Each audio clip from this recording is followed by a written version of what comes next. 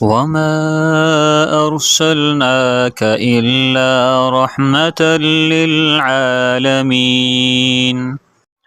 صبح ہوئی سیاد نے چھوڑا بھی تو کیا، صبح ہوئی سیاد نے چھوڑا بھی تو کیا، تاب پرواز نہیں راہ چمن یاد نہیں۔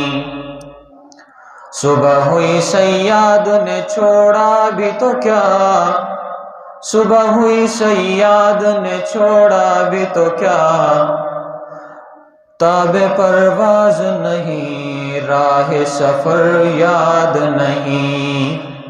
معزز سامعین کرام، اللہ تعالیٰ کے حضور دعا ہے کہ اللہ تعالیٰ جو الفاظ میری زبان سے ادا کروائیں حق اور سچ ادا کروائیں، اور مجھے اور آپ کو اس پر عمل کرنے کی توفیق عطا فرمائیں۔ قرآن پاک میں اللہ تعالیٰ کا ارشاد ہے، ان الذین آمنوا وعملوا الصالحات اولئک اصحاب الجنہ، بے شک جو لوگ ایمان لے آئے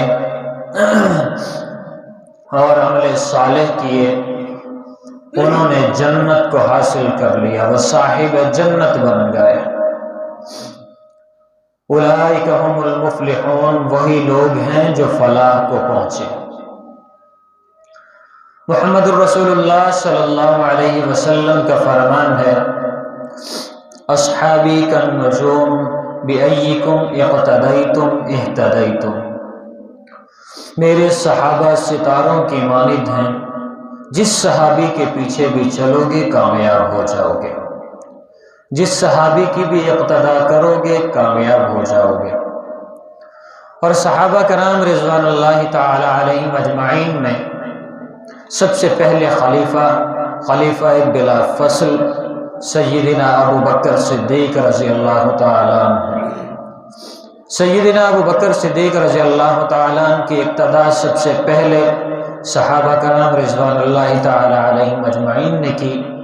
اس بات کی دلیل اصحابی کالنجوم بأیکم اقتدیتم اہتدیتم، محمد الرسول اللہ صلی اللہ علیہ وسلم نے جو فرمایا، محمد الرسول اللہ صلی اللہ علیہ وسلم کے شاگردوں یعنی صحابہ کرام رضوان اللہ تعالی علیہم اجمعین نے سب سے پہلے ابو بکر صدیق رضی اللہ تعالی عنہ کی اقتدا کر کے دکھائی، اور محمد الرسول اللہ صلی اللہ علیہ وسلم کے حکم کی تابع فرمانی کی۔ گنتی میں ہم لوگ شروع کرتے ہیں ایک سے، ایک کے بعد اس گنتی کو آگے بڑھاتے ہیں، اور اگر پہلا نہیں تو کچھ بھی نہیں۔ ابو بکر صدیق رضی اللہ تعالیٰ خلیفہ بلا فصل، پہلے خلیفہ، اگر وہ پہلے نہیں، جس شخص کے دل میں پہلے کی قدر نہیں وہ کسی کی قدر نہیں کرتا۔ آپ کی فیملی میں اگر کوئی شخص آپ کے والد کی عزت نہ کرے، آپ کے والد کو گالم گلوچ کرے اور آپ کو بہت اچھا کہے، آپ اسے اچھا کہیں گے یا برا کہیں گے؟ برا کہیں گے۔ کس وجہ سے؟ کہ یہ میرے باپ کو گالی دیتا ہے، یہ میرے باپ کی قدر نہیں کرتا، یہ میرے باپ کو برا بھلا کہتا ہے اور مجھے اچھا کہتا ہے، میں اسے اچھا کیسے مان لوں؟ حضرت علی رضی اللہ تعالیٰ عنہ چوتھے خلیفہ ہیں، محمد الرسول اللہ صلی اللہ علیہ وسلم کے داماد ہیں، خلافت میں چوتھے خلیفہ ہیں، محمد الرسول اللہ صلی اللہ علیہ وسلم کے چچا زاد بھائی بھی ہیں۔ آپ صلی اللہ علیہ وسلم ان کے بارے میں فرماتے ہیں کہ اگر میں علم کا شہر ہوں تو علی رضی اللہ تعالیٰ عنہ علم کا دروازہ ہے، یعنی اتنی انہیں فصاحت و بلاغت بھی ملی، اتنا علم بھی ملا، اتنا بڑا مرتبہ بھی ملا۔ خود اللہ فرماتے ہیں کہ علی میرا شیر ہے، اسد اللہ ان کا دوسرا نام ہے۔ اللہ کیا فرماتے ہیں؟ علی میرا شیر ہے۔ اور محمد الرسول اللہ کیا فرماتے ہیں کہ اگر میں علم کا شہر ہوں تو علی میرا دروازہ ہے۔ اور دوسری طرف محمد الرسول اللہ صلی اللہ علیہ وسلم فرماتے ہیں کہ ابو بکر کے احسان میں اپنی زندگی میں نہیں اتار سکا، میں نے سب کے سب احسانات، ہر شخص کے احسانات اتار لیے، ابو بکر کے احسان میں نہیں اتار سکتا، روز قیامت ابو بکر کے احسان خود اللہ تعالیٰ اتاریں گے۔ محمد الرسول اللہ صلی اللہ علیہ وسلم خود فرماتے ہیں تو پھر میری اور تیری دشمنی ابو بکر سے شعبہ نہیں دیتی۔ اگر صحابہ کی اقتداء کرنی ہے تو سب سے پہلے ابو بکر رضی اللہ تعالیٰ عنہ کی اقتداء کرنی ہوگی۔ سب سے پہلے جو مسلمان ہیں، سب سے پہلے جنہوں نے کلمہ پڑھا وہ ابو بکر، سب سے پہلے جنہوں نے اعلان نبوت کو تسلیم کیا وہ ابو بکر، سب سے پہلے جنہوں نے اسلام کی دعوت دی وہ ابو بکر، سب سے پہلے جنہوں نے اسلام کے لیے خطبہ دیا وہ ابو بکر، سب سے پہلے جنہوں نے اسلام کی بات کی وہ ابو بکر، سب سے پہلے محمد الرسول اللہ صلی اللہ علیہ وسلم کے جو دوست بنے وہ ابو بکر، سب سے پہلے محمد الرسول اللہ صلی اللہ علیہ وسلم پر جنہوں نے احسان کیا وہ ابو بکر، سب سے پہلے جنہوں نے نکاح کے لیے اپنی کنواری بیٹی پیش کی وہ ابو بکر، سب سے پہلے جنہوں نے اسلام کی تبلیغ کے لیے ظلم سہے وہ ابو بکر، سب سے پہلے شروع ہی ابو بکر سے ہوتا ہے رضی اللہ تعالی عنہ۔ اور اگر ابو بکر رضی اللہ تعالی عنہ کو ہم تسلیم نہیں کرتے تو ہمارا ایمان کامل نہیں ہے۔ 4 خلفائے راشدین ہیں۔ محمد الرسول اللہ صلی اللہ علیہ وسلم نے جب اعلان نبوت کیا تھا تو سب سے پہلے ابو بکر صدیق رضی اللہ تعالیٰ عنہ نے اسلام کا اقرار کیا تھا اور کلمہ رسول پڑھا تھا،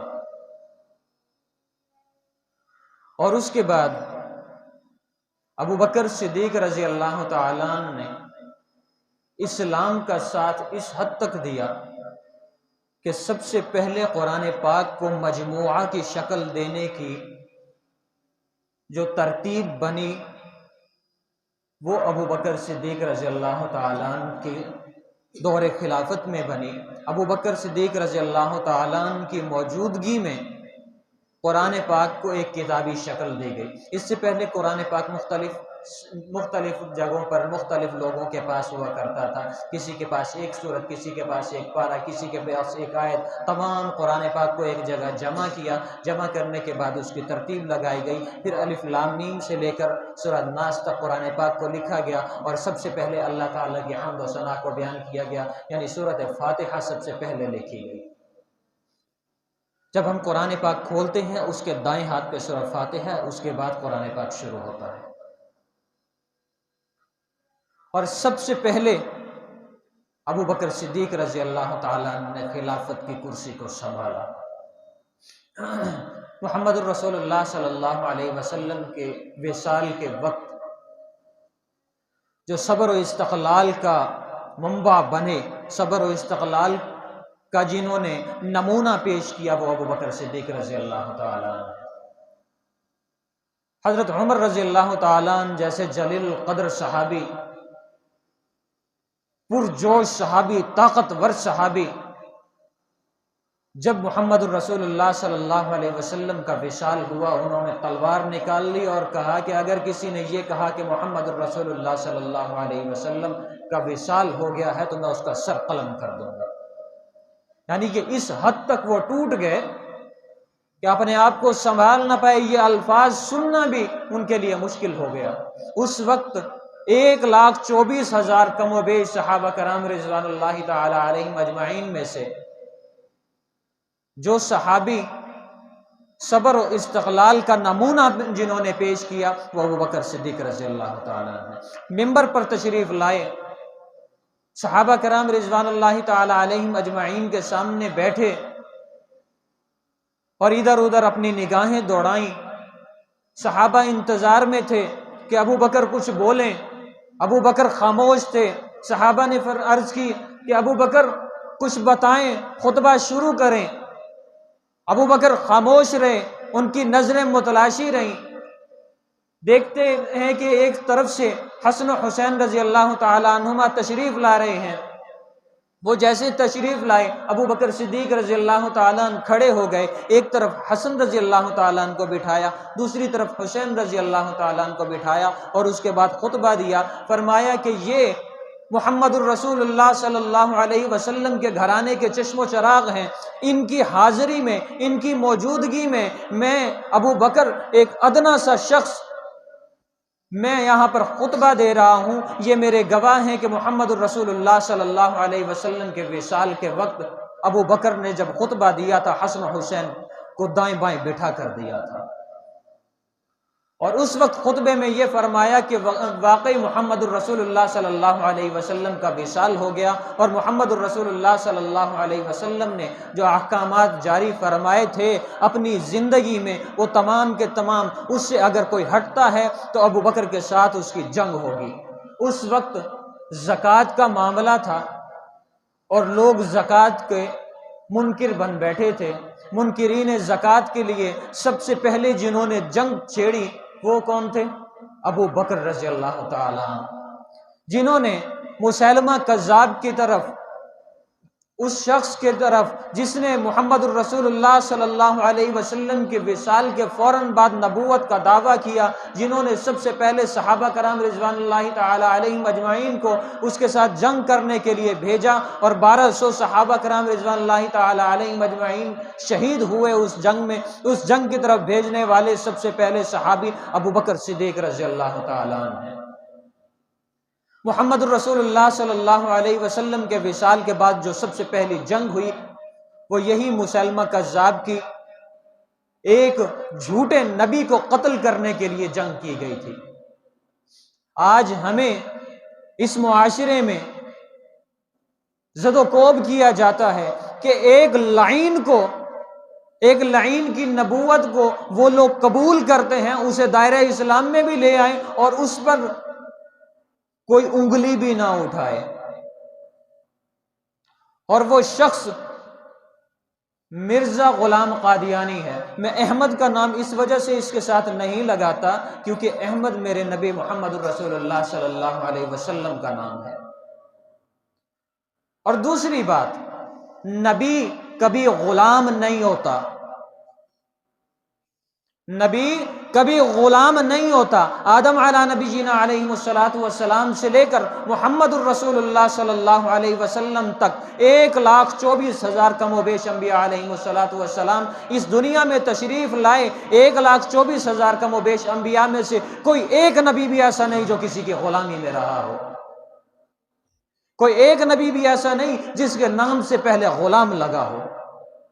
کہیں غلام آدم نہیں، کہیں غلام موسیٰ نہیں، کہیں غلام عیسیٰ نہیں، کہیں غلام یحییٰ نہیں، کہیں غلام عمران نہیں، کہیں غلام زکریا نہیں، کہیں غلام محمد نہیں۔ جو بھی ہے آدم سے لے کر محمد الرسول اللہ صلی اللہ علیہ وسلم تک تمام کے تمام انبیاء علیہ السلام کے نام ہیں، غلام نہیں۔ اور جس شخص کا نام ہی غلام سے شروع ہوتا ہو اسے نبی میں کیسے مان لو؟ نبی کسے کہتے ہیں؟ یہ نہیں کہ نبی اسے کہتے ہیں جس پر وحی نازل ہو، نبی اسے کہتے ہیں جس کا استاد خود اللہ ہو، نبی اسے کہتے ہیں جو معجزات کر کے دکھائے، نبی اسے کہتے ہیں جس پر قرآن پاک نازل ہو، نبی اسے کہتے ہیں آسمانی صحیفے جس پر نازل ہو، نبی اسے کہتے ہیں جس پر جبرائیل آ کر کوئی نہ کوئی پیغام اللہ کا دے، اسے نبی کہتے ہیں۔ یہ جواب نہیں، یہ بہت لمبا سلسلہ چلا جاتا ہے۔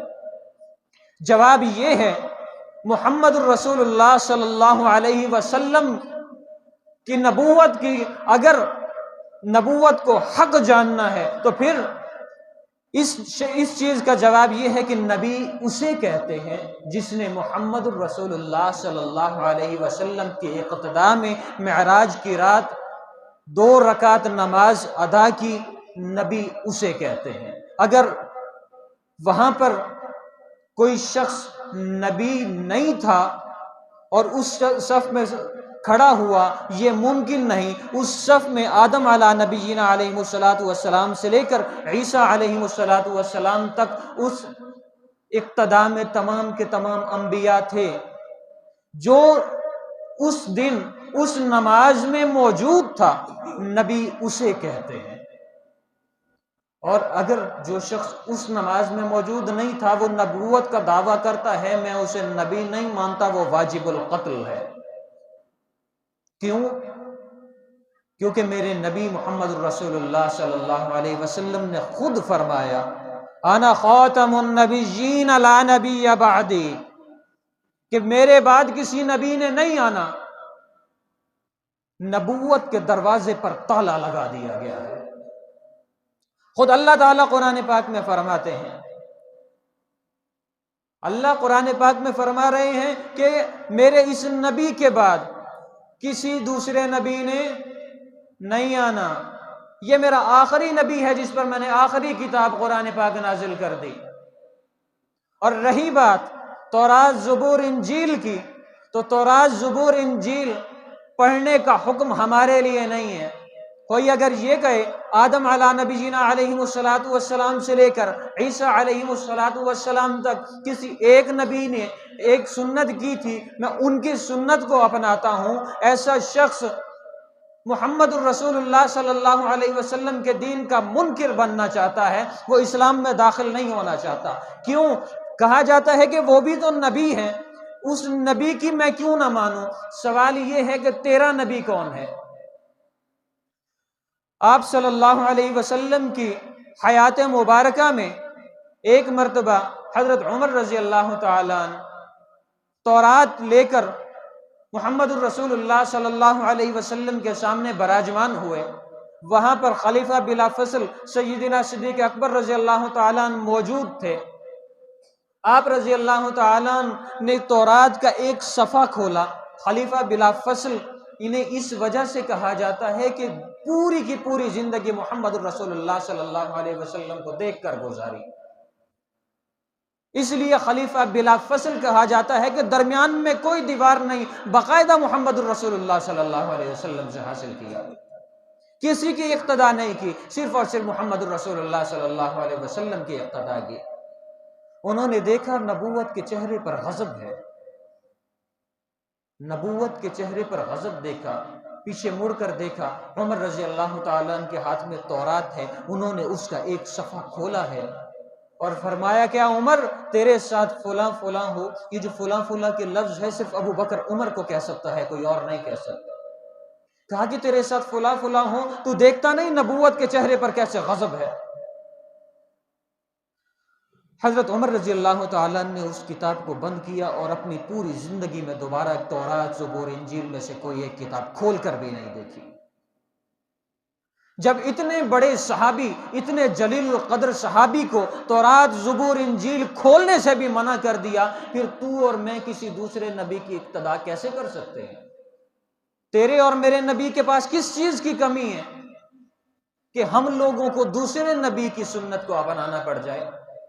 میرے نبی نے فرمایا الیوم اکملت لکم دینکم واتممت علیکم نعمتی ورضیت لکم الاسلام دینا، کہ مجھے اللہ کا حکم ہوا کہ آج کے دن میں نے تم پر دین کو مکمل کر دیا۔ اور محمد الرسول اللہ صلی اللہ علیہ وسلم نے اپنے آخری خطبہ میں یہ آیات تلاوت فرمائی اور صحابہ کرام رضوان اللہ تعالی علیہم اجمعین کو بھی یہ آیات سنائی اور فرمایا کہ آج کے دن میں نے تم لوگوں تک دین مکمل طور پہ پہنچا دیا، نہ اس سے کچھ آگے ہے نہ اس سے کچھ پیچھے ہے، نہ اس سے آگے تم بڑھ سکتے ہو نہ اس سے تم پیچھے ہٹ سکتے ہو۔ اور صحابہ کرام رضوان اللہ تعالی علیہم اجمعین نے تابعین رحمہ اللہ تعالی علیہم اجمعین کو یہی دین دیا اور اس کے بعد ان سے بھی یہی کہا کہ الیوم اکملت لکم دینکم واتممت علیکم نعمتی ورضیت لکم الاسلام دینا، کہ آج کے دن ہم لوگوں نے جو ایمان، جو دین اللہ کے رسول محمد الرسول اللہ صلی اللہ علیہ وسلم سے حاصل کیا تھا آپ لوگوں تک پہنچا دیا، آپ کی ذمہ داری ہے کہ یہ پورے کا پورا دین آگے پہنچا دو۔ انہوں نے تابعین نے تبا تابعین نے علماء در علماء آج تک جو علماء ہیں ان کے پاس وہ دین موجود ہے جو محمد الرسول اللہ صلی اللہ علیہ وسلم سے لے کر آئے تھے۔ اس دین میں اگر کوئی اضافہ کرتا ہے وہ ایمان سے خارج ہے، اور اگر اس دین میں کوئی کمی کرتا ہے وہ بھی ایمان سے خارج ہے۔ اسلام میں اس کا کوئی تعلق نہیں جس نے دین میں اضافہ کیا یا دین میں کمی کر دی۔ اللہ تعالیٰ مجھے اور آپ کو صحابہ کرام رضوان اللہ تعالی علیہم اجمعین کے نقش قدم پر چلنے والا اور محمد الرسول اللہ صلی اللہ علیہ وسلم کے اس دین کو سمجھنے والا بنائے۔ وآخر دعوانا الحمدللہ رب العالمین۔